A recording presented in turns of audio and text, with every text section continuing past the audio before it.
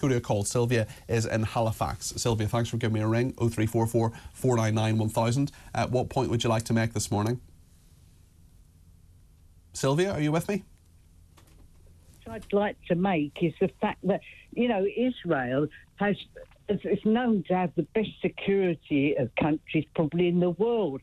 And it just surprises me how some en masse they could have invaded Israel when their border security is so massive security failings here, as you say, Sylvia. Certainly Mossad, which is their intelligence agency, should they not have seen this coming? And I think there are many questions over that.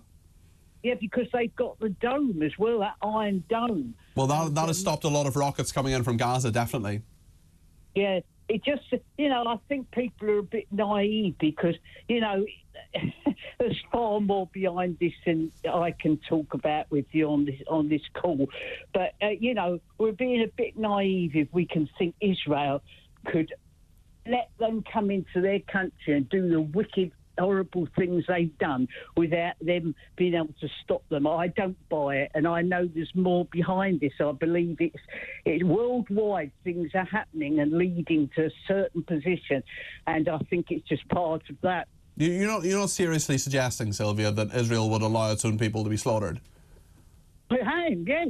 For the simple reason, if you know your history, just look at any country, even America, they've allowed people to be slaughtered. Sylvia, I don't think there's any great conspiracy behind this here. I just disagree with you, I'm afraid.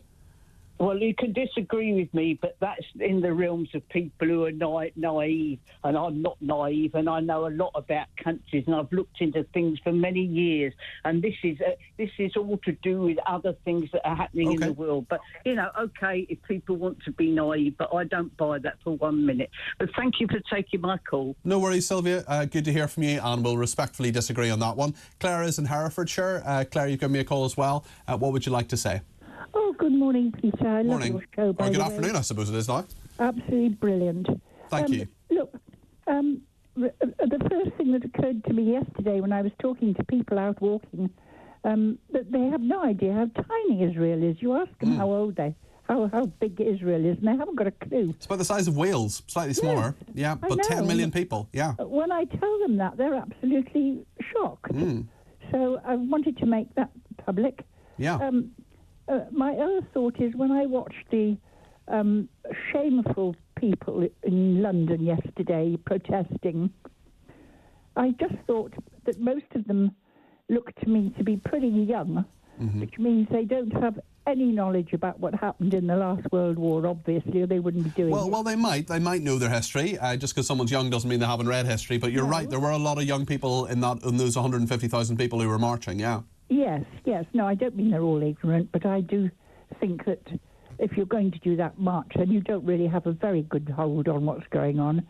I think that Hamas is very much like the Nazi Party. You see, they sort of sneaked in through the back door on Germany, and people are very concerned, obviously, and so am I, about the deaths that are going to happen in Gaza. But the same situation applied in the last war. Unfortunately, there were an awful lot of innocent German people who I'm sure didn't back the Nazis. Oh, completely. Well, that's absolutely the case, yeah. But we still had to fight for good against evil. We had to. And unfortunately, there were so many civilian casualties of, I will shed no tears for Hamas if their terrorists are killed, but those innocent civilians are really what we're worried about here, Claire. And I mean, do you think that's just a sort of inevitable thing that happens necessarily? Do we just have to accept that, Claire? Well, I don't see how you can fight evil, which we must do. All the Western world must stand up for democracy without there being casualties, and it's very tragic. But what else can you do? They're being asked to leave. They're leaving as best they can. I think Egypt is letting some of them in now. Hopefully they will be able to go back one day and rebuild their lives if they want to. But what else? In the last war, we had to do the same thing. We had to raise cities to the ground against the Nazis. And the debate continues to this day about whether that was the right thing, but actually, and for many people, that's what won the war. Well, were we going to continue to allow the Jewish people to be annihilated? Yeah, exactly. I mean, that's what this is about. This is about Hamas wanting to annihilate all the Jewish people, the Israeli people, if you like. You're absolutely right, Claire, and wipe Israel off the face of the map. Thank you very much indeed, Claire. Very considered, very thoughtful call there. Thank you. Mike is in York. Mike, what would you like to say? In 1,000 years, nothing's changed. In York, we have Clifford's Tower, and there in the 1200s, well, it was 1190, I think, over 150 Jews were massacred in Clifford's Tower. Nothing has changed, and it was a mob that did it. And when I watched London today, in London, it was a mob. And that's what I've got to say, really. Well, there were 150,000 people at that march yesterday. I'm sure not all of them were supporting terrorism. No, and a lot of them will be all your lefties and everybody else, but, how many of those people have been to Gaza? And how many people, if you fire rockets into your community, would you retaliate? Of course. Well, I think that's a very good point. We need to be really careful about what we actually know and don't know about the situation and how we would react if it happened here. Mike, you make a good point there. Thank you very, very much indeed for that. Final call of the day, Ali in Nottingham. Ali, you're on talkTV. What would you like to say? Good afternoon to you. Good afternoon, sir. Thank you very much for having me. Just touching on Sylvia, I don't really buy into kind of conspiracy theories. I know people are entitled to their opinions, and look, at the end of the day, they're the powers that be that kind of run the world. We don't have really much say in it, really. But I think there has been an absolute silence in terms of the collateral that is going to take place, and that has previously taken place when Israel has defended itself. Look, I don't agree with what Hamas has done. To one person, they're a terrorist. To another person, they're a freedom fighter. Do you think they're terrorists? Look, I think anyone that... I don't really want to answer that question, because I think I will be pigeonholed into something. What I do believe is that I think if you and I have our home taken away from us, our family slaughtered... Ali, you may not want to call Hamas terrorists, but there's absolutely no doubt in my mind that they are.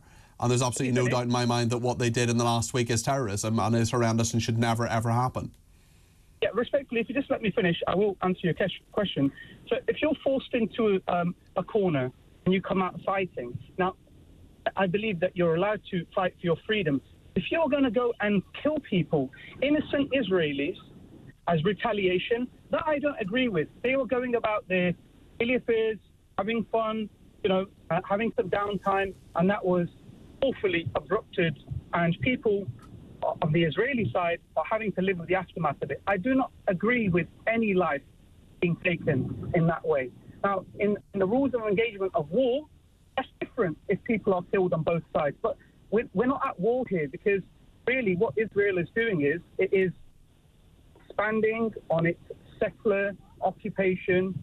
And how was it doing that last Saturday when 1,300 Israelis were massacred? How was Israel had withdrawn from Gaza in 2005. It was doing nothing to Gaza, and Hamas terrorists decided to slaughter 1,300 Israeli people.